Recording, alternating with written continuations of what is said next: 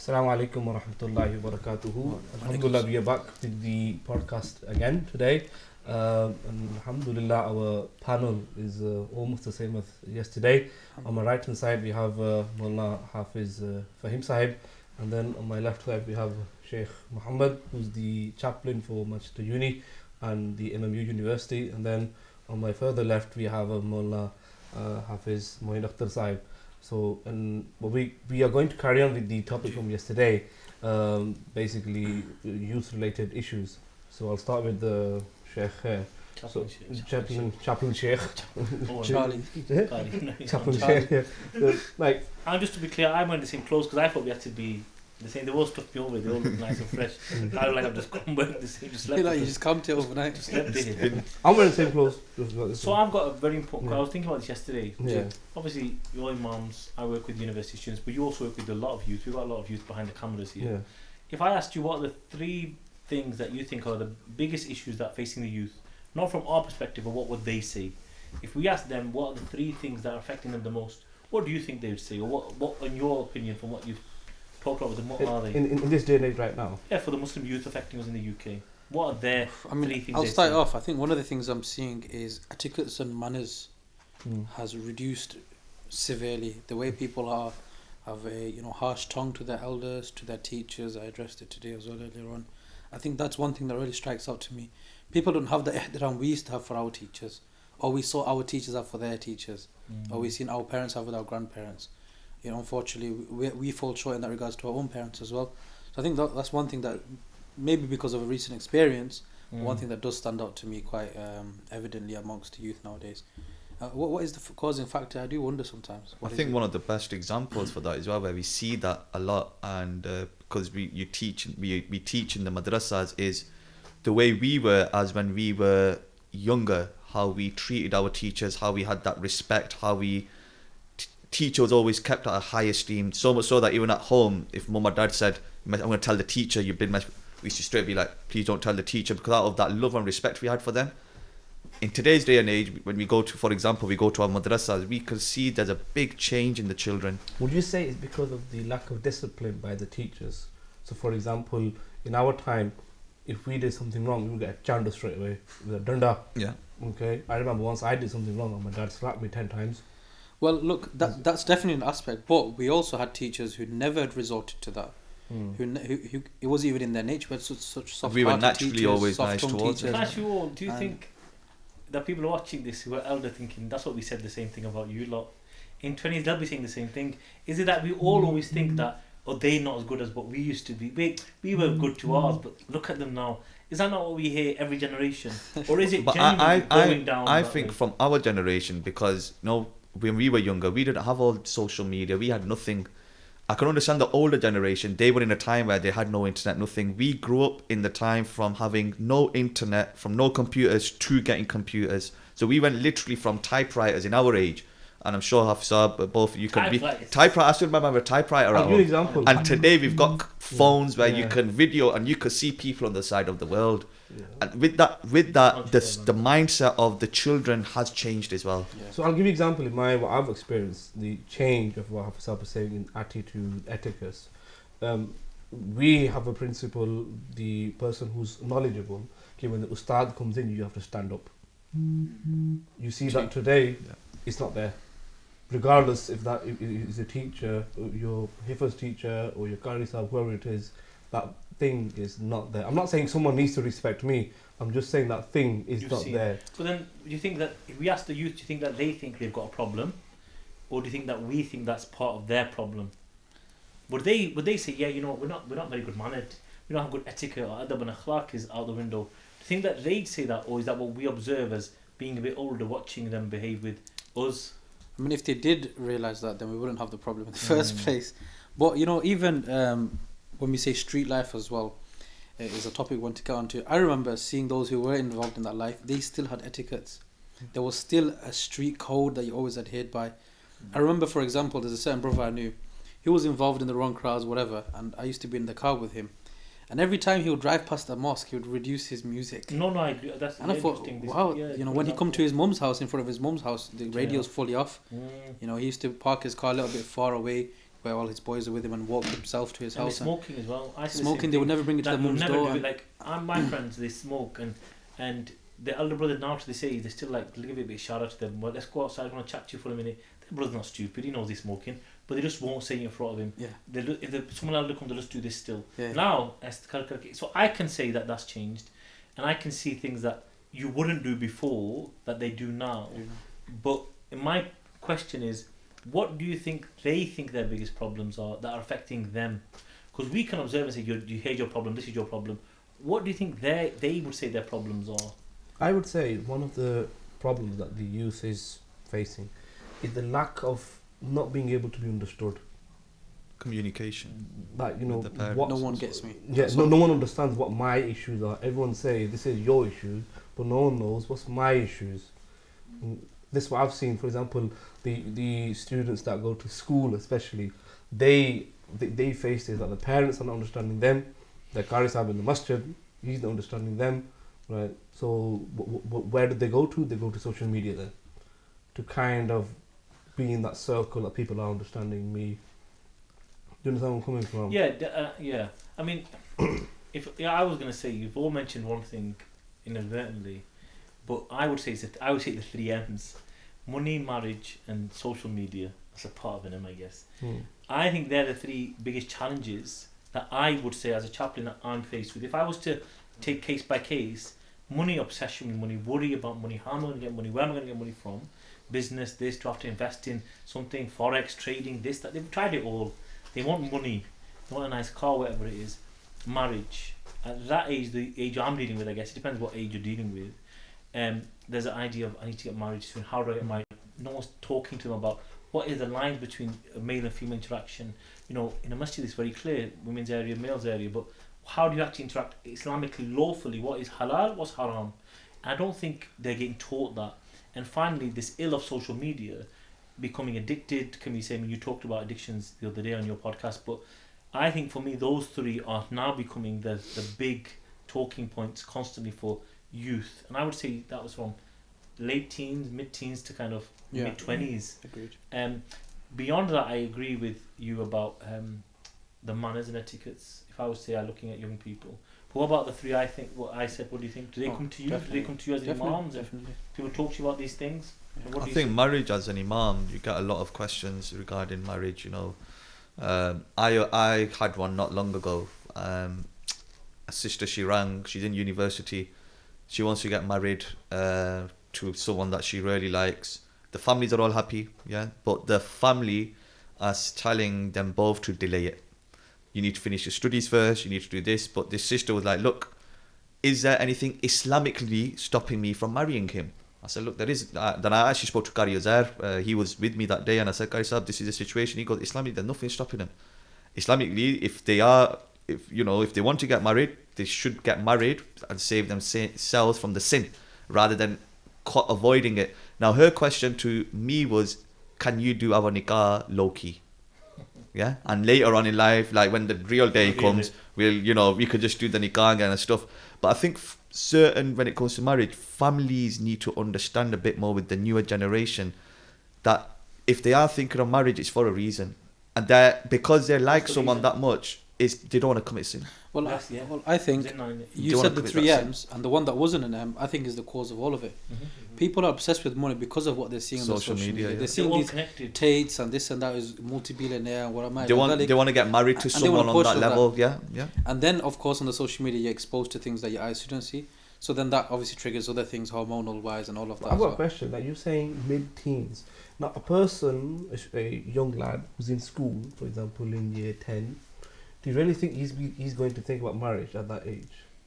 Well, not marriage, but they're thinking about the home, like you said, the home, or however we say it in the most polite manner. They're thinking about girls. They're looking at, look, I mean, I work with many schools, right? Let me tell you one of the funniest stories. I hope they don't know who I'm talking about. So it was an old boys' school, and the teacher was like, they were all female teachers, and they were sitting there, very sad, very worried. I go, what's happened? We've got a WhatsApp group, and we've got the year 7 and year 11s, all of them on it.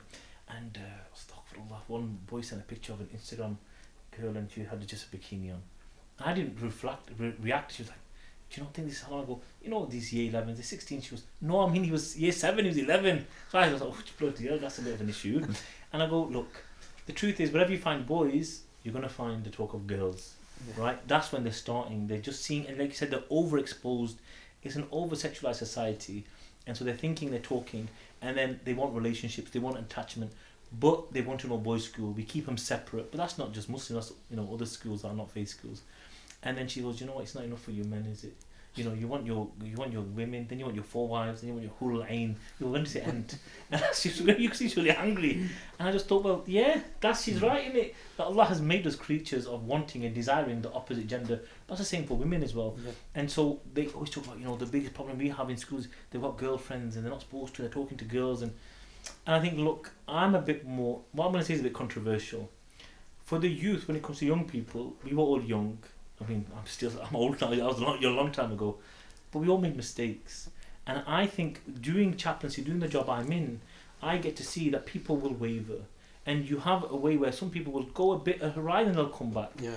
As a parent, though, I understand if you see your child doing something, you panic, you instantly panic. Yeah. I had a very similar case at university with someone, and it was to do with drugs. And, you know, when we say drugs, but it was cannabis. And people might think, oh my God, you're not going crazy. Well, people are doing balloons out there. You see young people, and it's sadly young Muslim men. You see it all the time. You on the road, and laughing gas. The nitrous oxide has been banned now by the government. You know, looking to ban on the Misuse of Drugs Act, and you know, a long time coming. But these things, for me, they're like, well, you know, people smoke, people do things. As a parent, I understand. For you, the world will come crashing down. This is my bacha. This is my pride and joy. But you also understand there's a fitrah. And Allah will guide who He guides. Allah yahdi man yasha. Allah will guide who He guides, and Allah will bring back. And it might be that you go away, but you have to make your own mistakes. Yeah. And as part of being an adult, we have to watch people fall. Our job, and I think the young people think all our job is to do is nay, hit.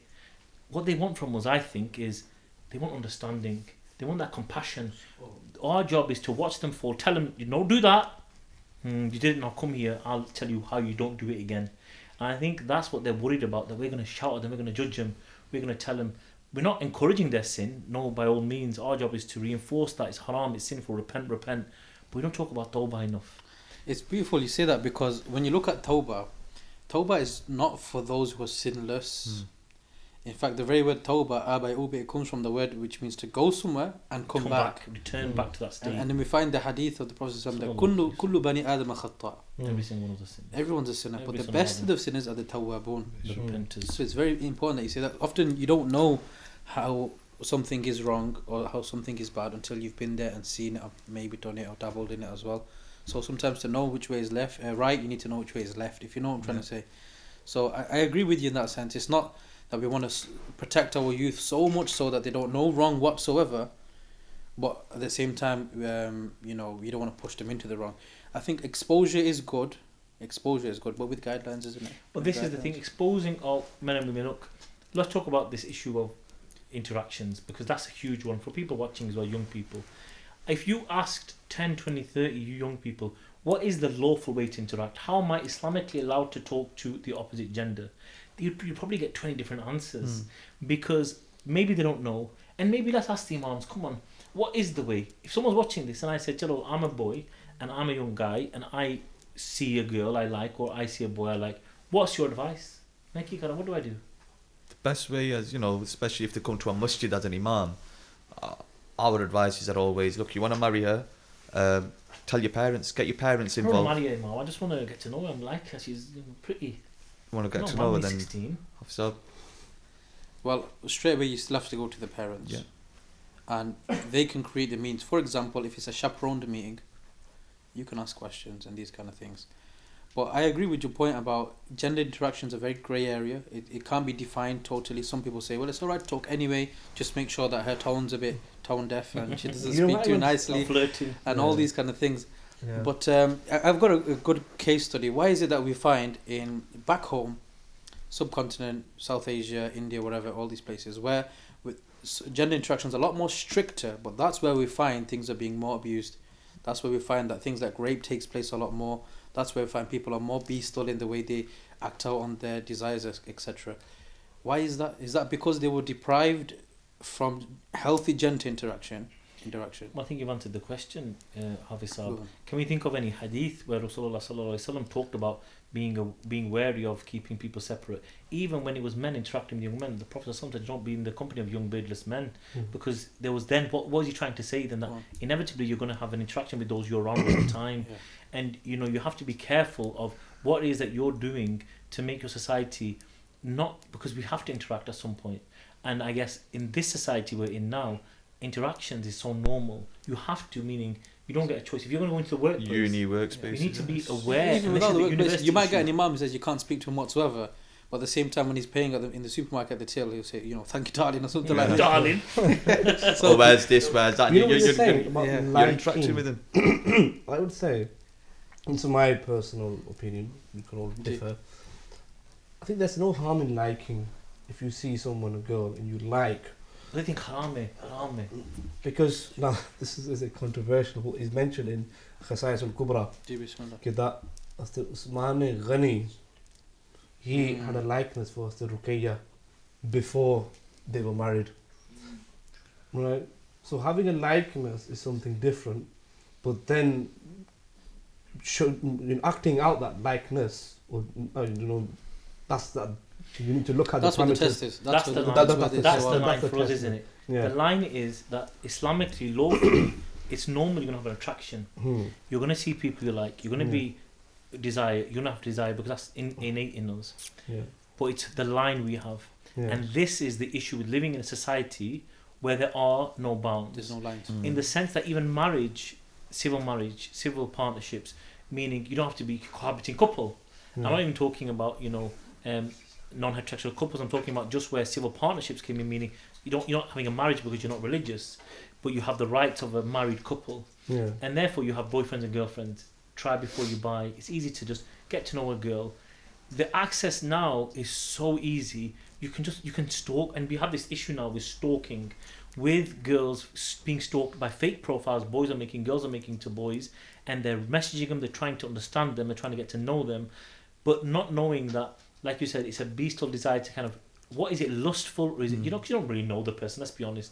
It's a lustful desire you have, but to maintain the Islamic boundary, we have to explain that, unfortunately, whether or not you see what other people do, we have to stick to the Sharia. Yeah. And we aren't bound by it in the law of the land, but we're bound by it because Allah will call us to account, whether we're here, whether we're in a Muslim land. So now we have to understand, well, okay, we're living in a non-Muslim country where everything's available. If I want to go buy alcohol, I can go and buy it. If I want to go and do gambling, I can just get on my app. The restrictions here, you have the freedom, and with freedom comes much more responsibility. And that's where we have to then guide them and say, well, okay, you like each other. But Islamically, unfortunately, there's no such thing as a boyfriend and girlfriend. If you want to get to know the person, then there might be ikhtilaf in how we would say approach. Do you go straight to the family? Or is it that you can speak to her first, get to know each other through an intermediary? How do you do it? And at what age is an appropriate age? Okay. Now that question is more for the parents, because we know the hadith of the Prophet ﷺ, Ya Shabab, Ya Shabab, Ya Shabab, marry young, marry young. We know that the Prophet ﷺ told us to marry young if we can. I think it's come full circle. In the old days, they didn't marry young. My mum was 17 when she got married. Then there was this desire to kind of get married a bit older, and now the youth are returning back. They're putting at us. Yeah, but didn't they marry young? Didn't you? You were younger. Why can't I? Yeah, definitely. But we're all worried that they're immature, that they're not mature enough to get married, and so we know better for them. But then, are we listening to what they're saying to us? And you said one of the biggest things is communication. But are we listening to them, or are we doing this and saying, "Listen, you do what we say, not what we do"? And that's where they think the barrier is.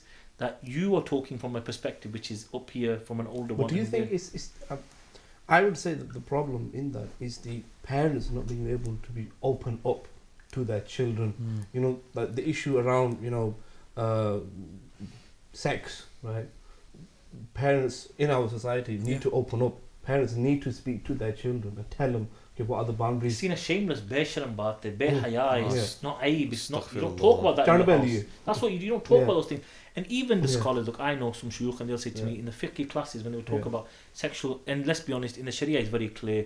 There's very clear rulings, even in Ramadan, how you act with your wife before you break, and they're very specific. And he said in the fiqh classes we used to put our head down because we were so ashamed of our teacher.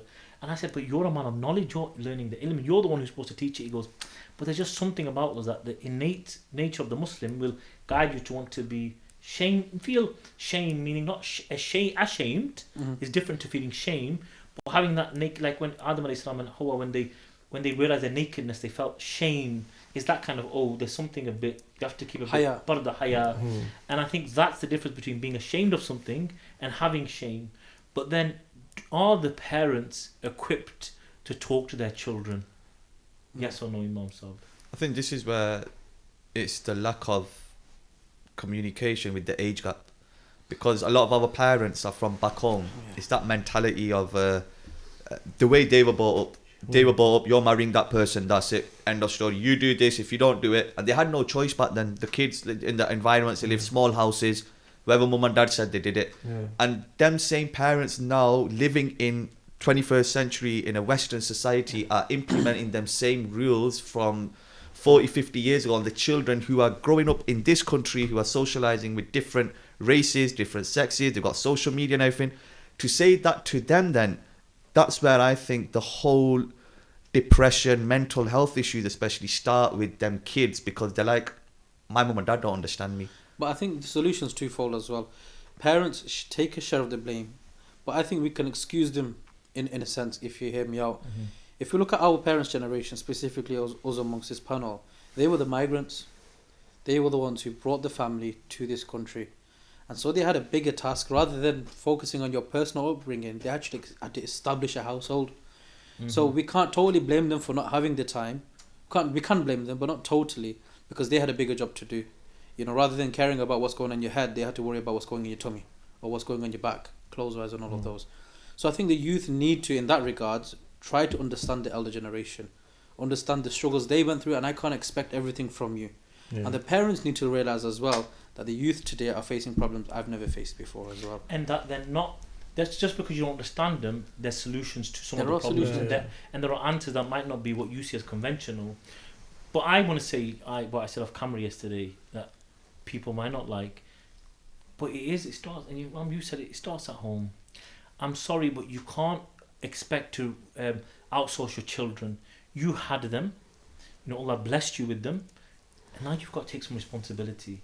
I understand. Do you not think this point there, Allah blessed you with them? For a lot of people, children are a byproduct of marriage. In the sense that, what do I mean by that is, they intended marriage, they intended conjugal relations, and they didn't realise that results in children. Do you get what I'm trying to say? Yes. Accidental children. But Allah says in the Quran, accidental children. Your fitna. They're your fitna.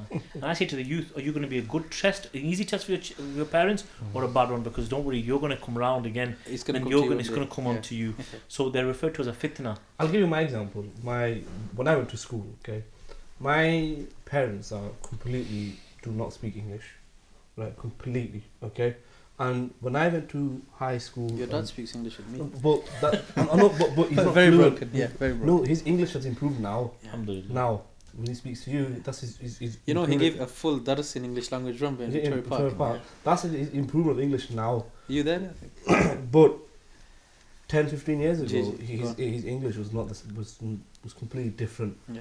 So when I went to school, what I faced was bullying, because I had a boarding school. Okay. People would bully me, and what I faced was that I could not, for example, speak to my dad because of his English, the English barrier. Okay. Now what I see is the young lads, their parents are English speaking, right? They can get involved in schools and stop that bullying and they can interact more. And if after that interaction they are not interacting with their children, then the parents are at fault, completely at fault. Because I think Fair the enough. problem, Imam, Okay. what do you think about this idea? I've talked to you about this before off camera about outsourcing. The reality is, they say, it takes a village to raise a child. But I didn't ask to raise your children.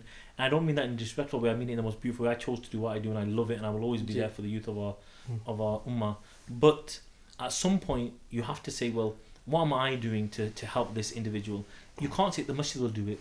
They're going to teach you about Islam, the school will teach you about education. And my responsibility is to get the money. Some fathers, alhamdulillah, may Allah bless them and reward them, but their intention's good, but sometimes good intentions lead to bad outcome. You work 9, 10, 12 hours, you come home, you're exhausted. They don't even talk to your children. The mothers are there, they're doing what they can, and then they're looking at that. And then you see a lot of young men having very difficult relationships with their fathers. And men, we're generalizing. Let's just be very clear. We're all generalizing here, right? There's always exceptions, beautiful exceptions to every rule, but we're talking on the whole. Yeah. And I feel like that is starting to become an issue where then they haven't got a role model. So what do? They go online, and this is where I think part of this toxic idea of masculinity and men. What is a man? So they're being taught by social media figures what it means to be a man. And what are you taught? Well, to be a good man, you have to have a lot of money. To be a good man, you have to look beautiful. You have to look a certain way. I mean, I'm well past that boat now. I'm not going back to any gym. Forget that.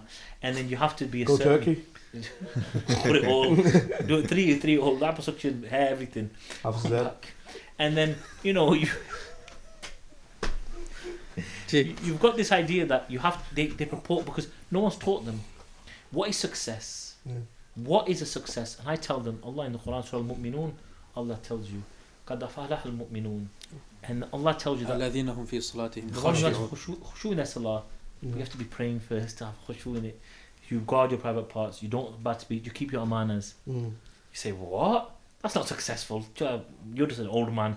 But Allah's view of success is the most important one. And that is what we're not teaching our youth. We're scaring our young children as well.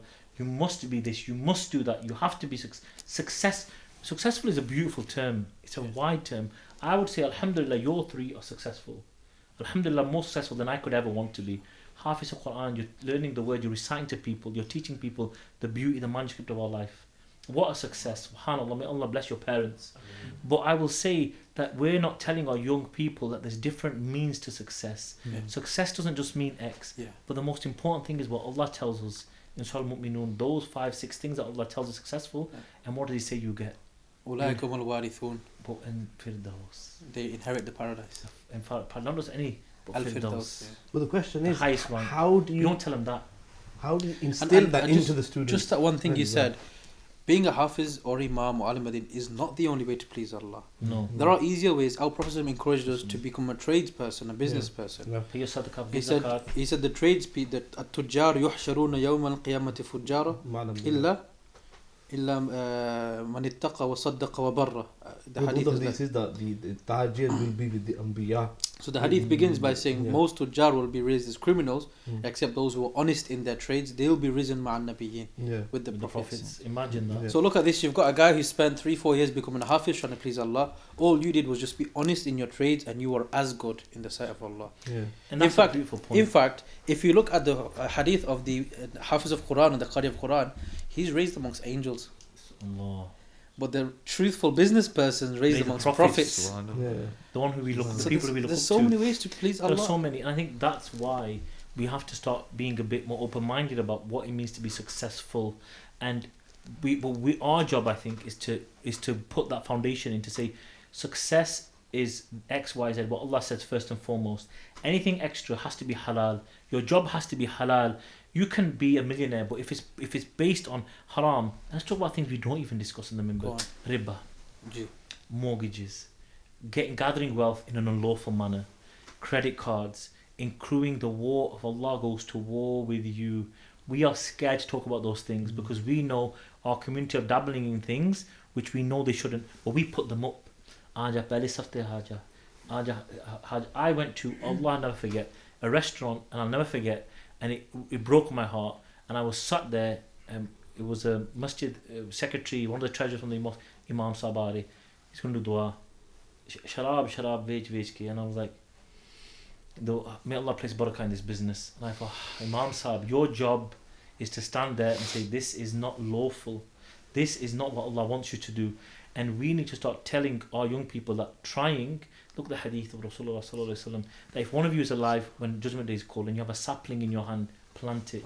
Because Allah judges you by your effort, not your outcome. Wow. We want to be the best in the eyes of Allah. Who were the two people that I always tell the students? Uwais al-Qarni and the woman who cleaned the Prophet sallallahu alaihi wasallam's masjid. Allah. Those two examples of people that were unknown to the people in the dunya, but Allah exalted them in His eyes. The one whose dua was accepted, and the woman who the Prophet sallallahu alaihi wasallam read her janazah second time. Have you ever heard another person's janazah read twice? We don't even know her name. The Abyssinian slave woman. They say in Arabic, كم من معروف في الأرض مجهول في السماء. Yes, would you be? وكم من معروف في الأرض مجهول في الأرض معروف في السماء. How many people are there who's known on this earth, ignored in the unknown heavens. and ignored in the heavens? Ignored in But the the question heavens. And is, the opposite. you're talking about that. The problem is in the youth, they don't have that yaqeen.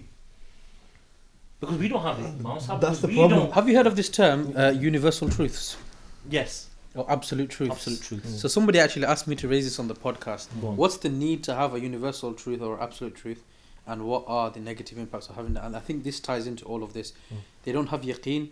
If people don't have a set of beliefs, a set of what they believe to be the ultimate truth, then they're never going to have lines and boundaries in their lives.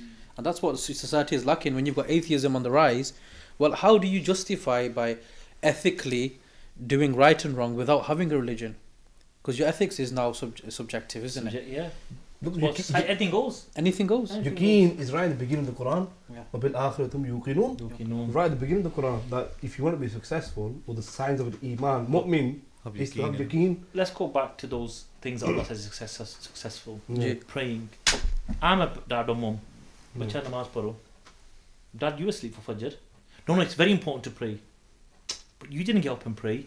Let's not make a mistake. If you're not doing it, Allah didn't destroy you. You're blessed with children. I don't have to do it. You're not valuing what you're supposed to. Dad's got a credit card. Mum's doing this. She's doing it for us. But we're not doing what we're supposed to. If we're not doing what we're supposed to be doing, if we're not calling out what we're supposed to be, if we're not calling out dhulm around the world when the Muslim mean are being oppressed, what the youth going to say? We're just hypocrites. You're not doing what you say. Yes, can an alcoholic tell someone not to drink? Should someone who smokes tell someone that it's bad to? Absolutely. But it's disingenuous. I know a guy, I'm not going to mention his name, there's a alcohol shop in Charlton, and he's got a shop alcohol. We've all been that. Everybody We've all met him. We've all met that. Everybody We've all tried with him. And he does the league outside league, his alcohol shop, and I don't know, go past and like, what's going on? Look why you're doing it. And there's a difference between calling something out and giving advice. Yeah. Nasiha, everyone should be able to take. Every single one of us in this room should be the first to be able to take criticism. Yeah. But people can't take criticism anymore. They get so defensive. Oh, but who are you to tell me? Well, I'm giving you good advice. But there's a way to give nasiha. And it has to be sincere. And it has to be something where you're trying to help the person. But reality is, I think a lot of people will look at us and say that we're weak. That we don't tell the people what they're supposed to be doing. That we're not giving the rules and enforcing all of the things that Allah has forbidden. We're not forbidding. And so then they look at us and say, well, how am I going to look at them? Because they're not telling us what to do. They're not giving us routes to success. They took an easy way out. They just want to be, and they might not see us as successful, but in their eyes, success is a lot more. And it's because we're conditioned to believe that having the biggest house, the nicest car, the most beautiful wife, or the most beautiful husband, the handsomest guy, all of these things are what successful means. But why is suicide rate amongst rich people still high? Why are people who are gathering and garnering all the things of the earth not enough for them? And the people need to understand that the true happiness lies, and this is where we need Khalid back from yesterday, is in that spiritual nourishment. You said yesterday, I'm going to challenge you now, that dhikrullah for a depressed person is not the solution. No, I said it's beautiful advice, but are they regurgitating it at that moment? I will repeat what I said, that Salah, dhikr, or Quran is a cure for everything. However, in that moment, we have to be on the wavelength of that person. If he's not even praying, namaz, is he going to be understanding of, chalo, go and do tasbih, doing this? That's not what they need that moment. But we all have to then purport though that those are the three things: the dhikr of Allah subhanahu wa ta'ala, all of this, So what you're calling for feelings. is beautiful. You're calling a wake-up call to imams. all You're of us. saying societal change actually begins when the people of religion themselves present religion as it ought to be. Instead of you talking about spirituality and wama ila dhalika at the pulpit, why don't we actually talk about what's halal and what's haram? I think a lot of imams, perhaps myself included, we've actually overlooked this, and we've gone to seek heights when we haven't even done the foundation. Like what? Like people actually addressing what is halal income and haram income and really bashing this point rather than trying to get people on a spiritual high all the time. And this idea And I think that this ground roots work is what is needed. the business people, or the person who does business in the best way is raised the Anbiya. Imagine that. But how many of us cut corners? How many of us will always will not even follow the law of the land? Taking a bit. Oh, it's okay because we're living in a non-Muslim country. Are these things that we should be purporting to Muslims? Fire sticks that are not paying for them, or we shouldn't pay. We're cutting corners. as an ummah, as a people, we cut corners and we don't think we're going to be accountable, because I don't know why, but some things are just okay to do. We just think that it's okay to just behave in a certain manner. Swearing, we talk in the most vulgar manner. And I'm guilty of it, and students remind us you shouldn't be speaking like that. And I think subhanAllah, like, we have to guard this tongue, and we have to be, this thing can get us into trouble. I'll give you an example. At Kuba, I mentioned this 2-3 times. Taxi drivers, what they do is to avoid tax, they don't show their full mileage at the end of the year. Okay, I mentioned this 3-4 times in Jummah just before Ramdhan, so like 3-4 years ago. One person, he stopped taxi, he completely stopped the job, and now he's a bus driver. He completely left the job. He goes, I'm not going to do it. Because if you're not doing things according to how Allah has told the commands of the Prophet ﷺ, then what's the point? You'd rather be like the examples of old, and I think that it has to come from within. It has to come from within, but we need to labour the point that being a young person, success isn't just what you expect it to be, and marriage isn't the be and end all, and we know you desire. We're not stupid. We understand you have desire, and our job isn't to withhold you having a nice relationship. It's to tell you what Allah, the hadiyah, the boundary, the had, there's a limit, hudud, there's limits, there's a boundary Allah has set. But are we telling them that boundary? And if you transgress, tawbah, rujua, return back, and Allah will keep on accepting it. He'll keep on accepting it. Hadith comes to mind. Imam Nawawi brings in the 40 as well, that inna al-halala bayyin wa inna al-harama bayyin. Halal is evidently clear. It's very clear. And Haram is evidently clear. It's clear. وَبَيْنَهُمَا أُمُورٌ مُشْتَبِهَاتٌ. But between them there are things which are not so clear. لَا يَعْلَمُهُنَّ كَثِيرٌ مِنَ النَّاسِ. What do? We stay away. And the Prophet says, فَمَنِ اتَّقَى الشُّبُهَاتِ. Whoever can stay away from those things, فَقَدْ اسْتَبْرَأَ لِدِينِهِ وَعِرْضِهِ. He has saved his religion and he has saved his dignity. Because that's the grey area. And then he carries on, he says that أَلَا وَإِنَّ لِكُلِّ مَلِكٍ حِمَى. Every king has his boundaries of his kingdom. أَلَا وَإِنَّ حِمَى اللَّهِ مَحَارِمُهُ. And Allah's boundaries is what He's made haram. Then he carries on and he changes almost the topic totally. But there is a link. أَلَا وَإِنَّ فِي الْجَسَدِ مُضْغَةٌ. In the body there is a piece of flesh. إِذَا صَلَحَتْ صَلَحَ الْجَسَدُ كُلُّ. If that is upright, if that is righteous, the entire body will follow in that. وَإِذَا فَسَدَتْ فَسَدَ الْجَسَدُ كُلُّ. أَلَا وَهِيَ الْقَلْبُ. And it's the heart. So that thing that you said about sincerity, beautiful, absolutely beautiful. And I think we have to start being honest with ourselves about what it is that we're facing. And a lot of us are, let's be honest, we're not drug counsellors. We don't really understand it. And I don't think it's because we've not dabbled in it, alhamdulillah. And I feel like we have to know our limitations as well. We all have limits. And it might be we bring experts in and we say, we're not best placed to talk about drugs, but let's bring someone in the masjid who can talk to you about that. But we're scared. We don't want to be honest. Why do we have to let other people tell us what's wrong with us when we can blatantly see, but we want to help them?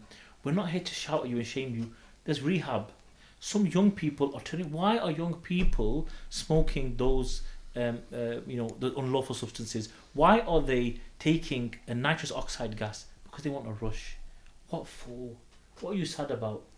But to be a man, you can't talk about sad. It's the most emasculating thing in the world. And that's where the chaplain has the big problem. Getting people to talk about emotions. When you look at the Prophet sallallahu alaihi wasallam, when you look at Surah Duha, look at all the examples that he had of he was human, the year of grief. We don't want to associate our Prophet sallallahu with anything that's modern. We don't implant modern ideas on the most beloved to Allah. What we say is we can see that was something in him that was human. When his son died, Ibrahim, how he cried, and how he said, "Does the heart not feel pain? Do the eyes not shed tears?" And I feel like to be human is okay, and to understand that people are struggling, people are sad. There's a lot to be sad about, let's be honest. Yeah. We've had COVID, we were locked in the house, people have had death. The way we deal with things as a society, seeing our parents struggle, seeing people get in our families, these affect us. These have effects on our mental health. And I think that we need to be there to watch our youth, but to catch them when they fall. Yeah. And to show that love. That why is it that we're seen as people who just want to keep them and guide them and beat them with a stick? We're here because we want to guide you in the way, and it's all about love. Tawbah, tawbah, tawbah, repent, turn to Allah before it's too late, because you will always sin, and I think one of the beautiful things about the example is when young people say, well, how do I know? And I said that the hadith of al-bir and itham. The Prophet described al-bir, husnul khuluq, the best of character, and itham is the thing that wavers in you. Ma haka fi sadrik. And if In your you, heart. the wavers in your heart, and if some other people were to know, you wouldn't want them to know. That's a very simple way to live a life, isn't it? If other people were to know what I'm doing, would I want them to? And does it waver in me? That's a very simple way that Allah has given you to know whether it's right or wrong. But if you do it, return back to Him. And what we're saying to them is, we all see and hear you. We know what the issues are. We know you're struggling with finances. Your elders are as well. We know that you want to marry. But where do we start? Social media, we can't go in there and stop people from using social media. We can't block them. As a parent, you do, but what happens? They rebel. They go out after it more. And I think to be a parent, I was harsh on parents, but I also am partly with you, Hafiz Saab, that it is difficult. Yes. It is difficult because you can't watch them 24 hours a day, and you want them to do the best, and you want them to be the best. But when you can see someone drowning, your instinct is to what? Jump in and save them. Sometimes you just got to watch, and you've got to allow them to be their own person. Yeah. And it is hard, and it doesn't mean you're a bad parent. If you've done what you're supposed to do, you don't. I know it's going to hurt you, but you can't. Well, do you agree then? Is it okay to put the youth into the deep end and make them grow out of it? I wouldn't do it as just to throw them in there. You'd always want them, hopefully, to start off in a shallow And I think end. the youth need to realize all these vices that all these desires, that you have, Yeah. it's totally normal, and there is a way of you fulfilling those desires in the most halal of ways. Yeah. Like you want money, there's a way to earn halal money. Islam doesn't stop you from amassing Of course wealth at not. all. In fact, we need wealthy Muslims now more than Alhamdulillah. anything. Right now, it's a It's battle how of you finances. accrue it. How you do it. You've got desires to, with the opposite sex, etc. There's ways of doing that in the halal way. My Kuba Masjid, I had a child who was 14, 15-year-old, and he was selling, I think is it called white cards on social media. It's basically, I don't know. is you pay this company, and they can get the credit details of certain people, and they put money into your account in the haram way. Yeah. So he was 14-year-old. Blank cards. He called it white cards, I don't know what it was.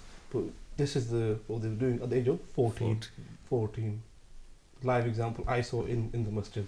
I feel like the youth don't want to, they just want the easy money. They don't want to work hard for the money.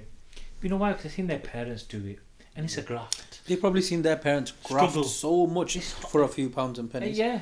And then they're going online and they're seeing these guys who have just pressed a few buttons on the screen and they're millionaires now. They start thinking to themselves that the society we're living in, 9-5 job, I don't want to do a 9-5 But what they job. need to realise is None the of us level do. of We have the to level though. of contentment that your Exactly. parents You have got those with the adverts, few man. pounds. Don't need to work 9 to 5. Just 5 minutes. Yeah, and become you millionaire. have adverts on, man. Like, want to make residual income on a week and earn up to £2,000 a It's month. like doing there's this, a famous that. Instagrammer who's "Whoa, saying now that's you don't need to quick, work fast 9 to money, 5, and he's trying to get everybody out of the 9 to 5. Yeah. What he doesn't realise is society is built on the back of those 9 to 5 sometimes. Do Yeah. you understand? Yeah. What you're calling for, yes, Really? we can have the elite few, but the Anarchy. society needs No, those but 9 to they- 5s. What are you going to do when there's nobody manning your 999 number? Stop, brother, you're the Because rat he's race. he's done his 5 minutes and You he's don't know. chilled. Forex We know trading. the Raz, we You know know the what I'm Raz of the dunya, we know the secrets of the world. We'll unlock these secrets. There's no secret. Here's the secret. You've got to graft, you've got to work hard, life's difficult. Let's tell them now. We're going to tell you young people, it's hard out there, and guess what? It doesn't get easier. Sometimes it gets harder. When you're older, you see people who love die. You have to have that iman. You might get married, but guess what? You might end in divorce. 1 in 3 Muslim marriages end in divorce in the first year. We don't want to tell people that have these elaborate £50,000-60,000 weddings. We sit there, Imam Sahib, you don't know what I'm talking about. Does he, you go to these and you think, what are they up to? 3 months later, talaq ho rahe, khulla chahiye, this, that, and you think, we just shouldn't have done that in the first place. If you've got wealth, you can spend it. If you haven't got it, don't feel you have to show it. But that's a failing. That's a societal failing. Society What is feel people going to think? What are my What are friends people or what gonna are say? my And what they're saying relatives? is this what again, they're gonna this think about just this? shush. Rasul Sallam in the Hadith, Imam Nawawi, those who believe in Allah, the last day, speak good or stay silent. You don't always have to speak. If you don't like something, don't say. You don't have to criticize, and that's an ill. Something we've understood wrong now is the right to speak doesn't mean what you're saying is right. Absolutely. There's a difference No between one the wants right to hear to your speak. opinion, and it's on and this right to Twitter. speech. Everyone thinks that everyone wants to hear what you've got to say. No one's interested. Twitter, everyone's got You know what they comments. say? They quote the hadith, going haq when kana murran. They quote that hadith then. Now, I've mentioned that in Kuba, that yes, speaking the right, it is good, but the thing is, there's ways of doing things. There's ways of saying it. Now, Imam Shafi, he said, okay, that to correct someone in public, even if it's the right thing, it is based So nasiha Right. should be done in the correct manner. It's Yeah. usually, you don't shame people publicly Yeah. unless you've tried everything else. Yeah. Unless you've tried everything else and it doesn't work. Okay. But this I sorry, Hafiz, what were you What I gonna was say? going to mention is today we read Surah Taha, Mhm. and in the initial parts of Surah Taha, as I was pondering upon it, we find the perfect recipe for public speakers, for du'at, for people who are giving da'wah. When Musa alayhi salam makes this dua, Yeah. this dua is threefold. Rabbi shrah li sadri, wa yassir li amri. So, oh Allah, expand my chest, make my affairs easy for me, or this affair, and remove the tongue, the knot on the tongue, sorry. Then the result is yafqahu qawli. So if we really analyze these three parts, Rabbi shrah li sadri means that whatever you're speaking on, you need to have the right knowledge of it. Exactly. that's the You first yourself need to have the correct understanding of whatever it is you want to rectify or speak about publicly. وَيَسِّرْ لِي أَمْرِي, that you need to seek the appropriate means. It's like, for example, if you're expecting that just from the mimbar alone, you're going to cause societal change, it's not going to happen. We have to use the podcast that we're on now, and the shorts and the TikToks or Omair. You have to be using these things. And lastly, what does it say? وَحْلُ الْعُقْدَةً مِّن لِسَانِي. It's the way you orate as well. The way you Sometimes you can have the best thing to say, but say it in the wrong way and no one's listening. Are you saying it too boring? You're shouting at people, screaming and shouting. You add these three things up. If we understand what we're trying to do, if we use the right means and we say it in the right way, the result is yafqahu qawli. They'll understand what you Allah want. has given us that beautiful. It's right in front of our eyes, black and white, there for us to do. But people aren't even understanding what they're reading, and that's another issue. And I said the other day, when the Sahaba would read an ayah of the Quran and they would not go beyond it. People say to them, "But the Quran was revealed at your time. How come you're not, reciting the Quran?" They say, "Because we will learn an ayah. We will not continue until we understand it and then act upon it." How many of us do that? Yeah. And that is an example of the best of people around the Prophet ﷺ. And they were the ones who said, "We do not learn a new ayah until we understand it and then implement it." Because now we learn more. Guess what? Accountability More becomes accountable. heavy, and we're not going to be accountable for things that we know we should have said just because we're reading them off our tongue. And I think religions become just a tick box exercise. Like for a lot lip of households. service. Lip Like is. lip service. It's a shame, really. We complete the Quran. Because when you complete the Quran, it's like the thing you read it once, tell a party or put it back on the shelf. Wait a second, you don't complete this. This is the manual. You should be opening it every single day. thing. And I'll say this to you: if anyone's misunderstanding me, I'm telling you that book is your manual. That's your 100%. guide. Allah says, There is nothing else. "Ma farratna fil kitabi min shay." Allah. We haven't left anything out in this book. There's not- Like Financial struggles, societal issues, everything you want It's here. guidance in, it's found within the book. That's you just your need to manual. look correct at me the if I'm second wrong. There was a Sahabi or someone, I can't remember. I remember in Darul days, Mufti Sahib used to tell us. Don't know if it's a hadith or something. That there was a Sahabi where even when they couldn't find their shoes, they open the Quran, they close it, and they know where the shoes are. Allah. Like that, what you just said is the answers for everything is But there what, in the like, Quran. the For people them. look at you, Imam, and think, "What's he on about? You don't do that. Magic." Honestly, they will, because that yaqeen, that belief. It's that that belief iman, of having it, that of that strength manual. of We live in heart. times of doubt, do we not? You know, We live in times yeah, of but it's doubt. everywhere. It's everywhere. They tell you to doubt. They tell you to doubt. They tell you to doubt us, and they look at us like, "Oh, these mystics, what they're trying to teach, or this, that." You people, but do it. I say to a young person, pray tahajjud, get up in the middle of the night, pray tahajjud sincerely for 3 days, 4 days. Tell me Allah didn't answer your prayer. Do you know, come back there and are tell youth- me. Going to this the other day, we was in the car. Come and tell me. Where was we? No, I just want to comment on this one thing, Muhammad Bhai. I've said this to someone, pray tahajjud for 3 days, you'll Then see a tell change. me, You then know what he tell said to me? When the hadith does it say you have to pray for 3 days? Oh my. Bro, come The on, story, Abuji, my father used to quote in his durus how to, improve, like how namaz changed the person. I don't know why he's read it, but he's mentioned it once. Okay, person, he became in love with the princess, and then he said to her, "I want to marry you." She was clever because she was on taqwa as well. She said, "You know what? Read namaz, every single namaz, with jama'ah for 40 days, and then give me a proposal." For 40 days he did that. After the 40th day, she approached him. He said, "You want to marry me?" He said no. That my connection with who I was looking for, I found it. Allahu Akbar. And that Yeah. idea, "Iyaka na'budu wa iyaka nasta'in." Yeah. You alone, and I'm not saying we tell you about you say the parable of Yeah. Allah will send you someone, and Allah will give you a sila, and Allah will send the people. Yeah. But you have to believe that He is the one who's going to be the cure for all of your things. And to get to that level, we have to put Islam there. Yes. And this is what we are lacking as a society, as a culture, as a people. Islam is not there anymore. it's over there. You know, all forms of identity we've lost it. You can't define what's a man no more, what's a woman no more, or even our nationalities, we can't even define them now. We're embarrassed to define them in some cases, whatever. Islam is the only thing that's left for you. It's the only thing that's as definitive that you can place all your honor and dependency on it, and it won't let you down. have transables now. You know, going back to this, I've got an example. So we're saying about having full faith in Allah. The other day when we was going Warrington for Jummah, there was cars in front of us and a massive truck, and we're like, oh, we're going to be late. Be late. Those of you know me, I'm last minute to things. So when that truck came in front of us, me and him thought it's over. I turned around. That's what he did. Watch. I turned around and said, should I just make dua? So I made dua and I said, Ya Allah, please move this truck. Next thing you know, I'm not lying. 3 seconds later, indicator turns off, truck turns left. And I think to not know who you worship, that's the biggest fault. Allah is known by His names. Ya Allah, when we call out His beautiful names and we know who we're worshipping, Ya Allah, there's nothing that He cannot do. And when you think, when the students come to me, Wallah, I say to them, I can only give you so much. Go to the one, go back to headquarters, go and perform wudu, go and ask Him, and He will answer. The Lord who tells you that He will descend and He will say to His angels, who is asking of me so that I may give?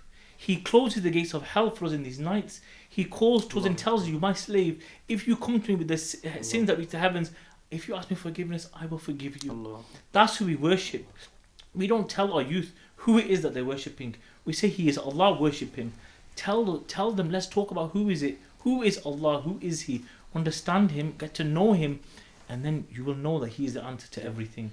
But we will do what we can to guide you. But ultimately, our job as chaplains, imams, is to push you back to the main one. Is to Allah subhanahu wa ta'ala, to tell you that He is the one. And if you know and you truly have that faith and let it penetrate, Iblis will come and use every single trick. He will use us against each other. He will make us fight with each other. He will say, don't listen to him, he knows better. Don't listen to him, what does he know? He makes us fight because his fitna throughout us, and he will make us deflect from the point.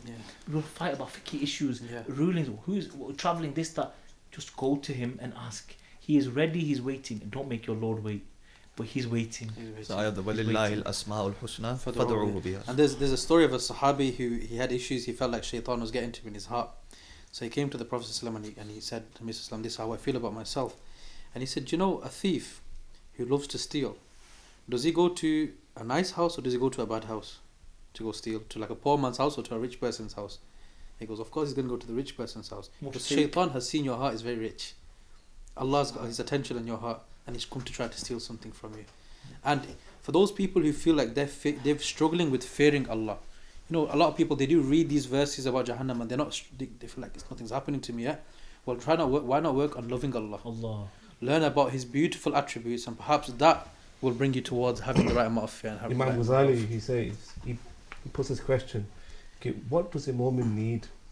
The fear of Allah inside him or the love of Allah? Which is better? He said both are correct, but he said the love of Allah is better. And both are correct. Why? Because it makes you love Him and you want to be close to Him. Then you will obey. Be with Him. That's what Imam Ghazali is saying. And then by Allah you will obey Him. Because when you know who it is that you're worshipping, and when you know He's the one who can punish, but He's waiting for you, and He's created us as sinners. The Hadith, the Prophet ﷺ said that if you were to stop sinning, what would He do? What would Allah do with us? He would replace destroy us with a group of people that will sin and turn back to Him. What does that say? Wow. He's not created us perfect. He doesn't want us to be perfect. He's not asked us to be perfect. He said, do what you can and just know I'm here. But we are so scared. We're scared of letting go of the haram. We're scared of letting go of our wealth. And Allah says, I will return your sadaqah. I will return it. How many stories of charity do you have to hear from people who say, give £1,000, I've only got 500. Give 499 and it'll come back. Obviously don't be silly with it if you need to buy food and stuff. What I'm saying is how many of us have that belief, that jumping, you know, I talk about tawakkul, this idea of tawakkul. What is this idea? And I say one of the examples I give is, imagine Musa alayhi salam is his mother, and she's knowing that they're coming to kill her son. She doesn't know what she's doing. She places her child in a basket, puts it on the river Nile. How many of us will do that now? We wouldn't have that. What? She's going to drown. She believed Allah would protect him. And where did He send him? In the house of Fir'aun.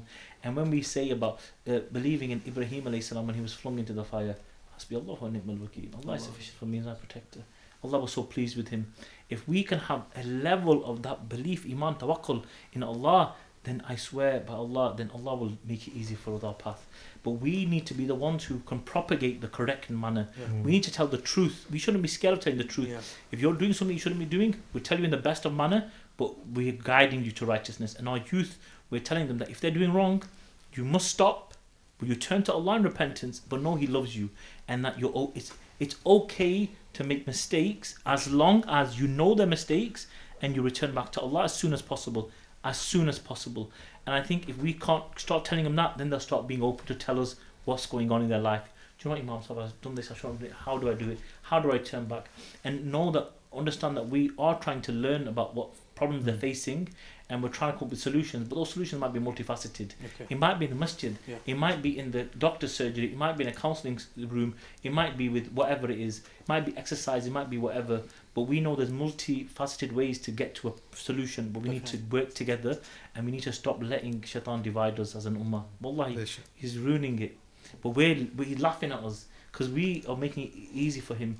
We're not even doing the basics, and subhanallah, may Allah protect our youth, may Allah allow us to act upon what we're saying in this. And there's a heavy weight on us, but what we want people to know from this is that we're here for you, we love you, you're our children, come and speak to us, come and let us help you, and inshallah may Allah guide us to give them the best. So I think we're going to end here. I think alhamdulillah we had a very good session today. I'd like to end on this ayat. I think it's sum up everything what you said. The ayat is إِلَّا مَنْ تَابَ وَآمَنَ وَعَمِلَ صَالِحًا فَأُولَٰئِكَ يُبَدِّلُ اللَّهُ سَيِّئَاتِهِمْ حَسَنَاتٍ. Whoever does good deeds, amalan salihah, Allah subhanahu wa ta'ala will change his sins into good deeds. Imagine. Okay, so I think everyone, we just need to understand. So good deeds remove bad deeds. So I think the final conclusion as a panel is that in this month of Ramadan we've got the opportunity. Give it your best shot. What you have, and especially in the last 10 days, sit at the itikaf in the masjid. If you can't do it 10 days, 5 days, wherever you can, sit in the masjid. Inshallah, you'll see a change. And when you go and sit in the itikaf, grow that connection. Keep this away. Okay. Assalamu alaikum wa rahmatullah.